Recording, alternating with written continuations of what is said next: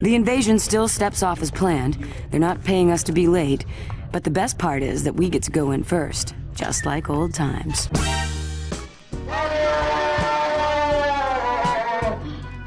This video isn't sponsored by Bang, but just gotta go ahead and crack this open so we can bang out this video. The Xbox obviously wasn't the winner of its generation. The PS2 wiped the floor with it with the amount of games that it had in its arsenal. However, the Xbox was a great piece of technology on its own. It had a lot of exclusives that were really rock solid. It had a built-in hard drive. You could play music in your games off of that hard drive from discs that you burned onto it. The graphics were top-notch for a console at the time. And of course, it was home to one of the best first-person shooters, one of the pinnacle, like the creation that laid the groundwork for what a first-person shooter should be, Halo. But while everybody was glorified by Halo, there was one game that came out about a year later that may have flew under your radar, and it was basically like a third-person Halo with robots. That's the best description I got. Today we're talking about MechAssault, one of the genre-defining exclusives that the Xbox had up its sleeve.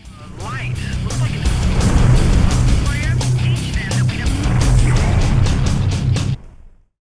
I remember spending Christmas Day playing Project Gotham Racing with a wheel and then playing the demo of Fusion Frenzy and Forza Motorsport. But when it came to shooting games, Halo was definitely not something that came up in my time because shooting games were off limits. Ooh, you wanna play some fighting games, some Dead or Alive? Okay, maybe. What's this, a video game where you're holding a gun shooting aliens? No. However, when it came to the launch of MechAssault, my dad talked this up like it was the best game ever. Yeah, I mean, look at it. You get to control these big robots. This is me talking as my dad right now. Look, even on the box it says Xbox Game of the Year on the cover art. So, I mean, it has to be good. This is basically like the best game that's ever been created. I didn't actually mean to throw it like that. I'm not gonna lie to you though, the artwork on this is pretty sweet. Like as a kid, this looked pretty badass. So, it had my interest. Took it home from GameStop, or maybe this was actually EB Games at the time. I can't tell because I still have sticker residue from when I tried to peel it off. Ooh, that's not good. Actually, no, our GameStop used to be an EB Games because we got this one not too much later, the sequel, and it has an EB Games sticker on it, so there you go. And I just remember this being a fun, action-packed experience that I spent a ton of time in multiplayer with. The graphics were good, the gameplay was phenomenal, but of course this is nostalgia speaking, so I decided to go back to it, and I'm going to give you my opinions on what I think of it now. Just you, me, briefing boy here, a handful of pilots, and some of your favorite toys. You up for this? For starters, MechAssault is basically like the spiritual successor to the MechWarrior series of games. These were more PC-centric games, if I'm not mistaken. A lot of people actually got into this with the simulation stuff. I remember even in our Chuck E. Cheese, they had like this MechWarrior game with a cockpit in it, and it was pretty neat. So it makes perfect sense that the Xbox, a PC-centered console, would have a MechWarrior type of exclusive game to it. brace yourselves, boys. We're going in. What the fuck? The story is about what you expect from your average action-focused game. You play as the faceless, nameless mech warrior who's tasked with scouting out the area after your ship is shot down. Your team consisting of your commanding officer woman, don't know if she has a name or really remember it, and the mechanic, who's typically referred to as Briefing Boy. You never really see these characters too much in-game besides the intro. You usually just hear them through speech dialogue throughout the game. Foster is reading no more signatures. Good job, Mech Warrior. Return to the Icarus ASAP. Obviously, story wasn't a focus on this. If you look anywhere on the box art, there's no talk about the story whatsoever. It's just, oh, you get to destroy buildings and shit. GameSpot 2002 said it was the best shooter by a mile, so I mean, as long as you're within a mile's radius of this game, you should be good. That was such a bad joke. As you're scoping out the city, you find out it's been taken over by this cult-like group of people, and you gotta take them down.